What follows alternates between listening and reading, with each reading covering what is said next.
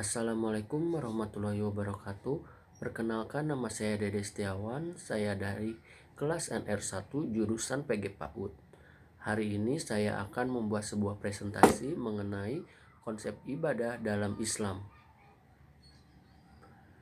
Pertama-tama izinkan saya untuk membacakan sebuah hadis tentang ibadah. Hadis tersebut berbunyi, Padlal ilmi khairum man padlil ibadat wa khairu dinna kama wara'a. Artinya, keutamaan ilmu adalah lebih baik daripada keutamaan ibadah, dan sebaik-baiknya agama kalian adalah ketakwaan. Dan adapun pengertian ibadah, secara etimologi ibadah adalah kata dasar dari masdar dari ahbad yabud ibadatam, yang artinya mengabdi atau menghamba. Dan menurut para ahli dari bahasa Arab, ibadah sendiri memiliki arti al-afakri, artinya kepatuhan dengan rasa tunduk. Tujuan dari ibadah itu adalah memenuhi kewajiban manusia kepada Allah, sebab Allah menciptakan manusia di dunia ini hanya diperuntukkan untuk menjalani segala sesuatu yang diperintahkan oleh Allah. Salah satunya adalah ibadah.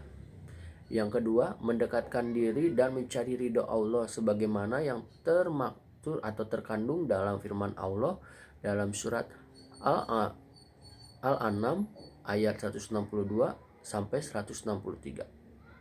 Lalu tujuan lainnya adalah ibadah adalah ketakwaan hati kepada Allah Subhanahu wa taala.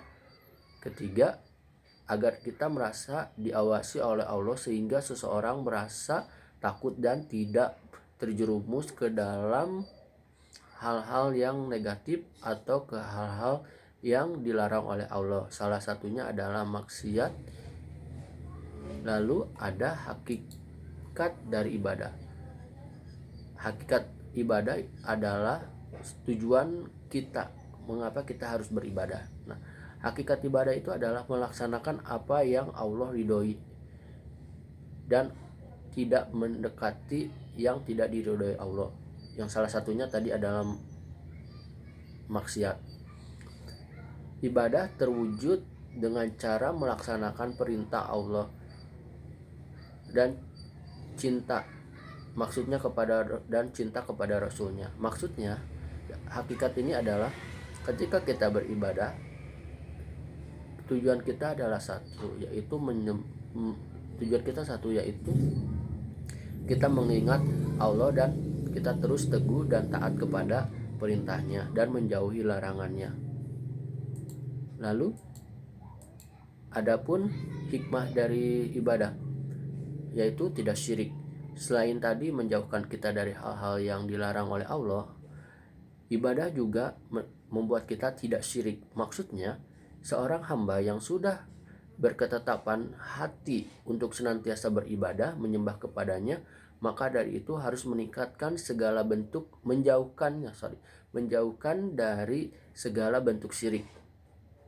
Dia tahu, karena ketika dia beribadah, dia tahu sifat-sifat Allah yang dimilikinya atau sifat-sifat Rasul yang diteladaninya. Lalu memiliki ketakwaan. Nah, di hadis yang tadi pertama saya baca, ibadah adalah meningkatkan diri kepada ketakwaan kita kepada Allah Subhanahu wa taala. Karena ibadah itu adalah salah satu cara kita untuk mengumpulkan ladang pahala atau bekal kita untuk nanti di yaumil akhir. Dan sekian presentasi saya atau pemaparan saya mengenai ibadah, konsep ibadah dalam Islam. Jika banyak kekurangan baik dari hadis atau salah kata, mohon maaf, karena kesempurnaan hanya milik Allah Subhanahu wa taala dan kehilapan adalah milik hambanya.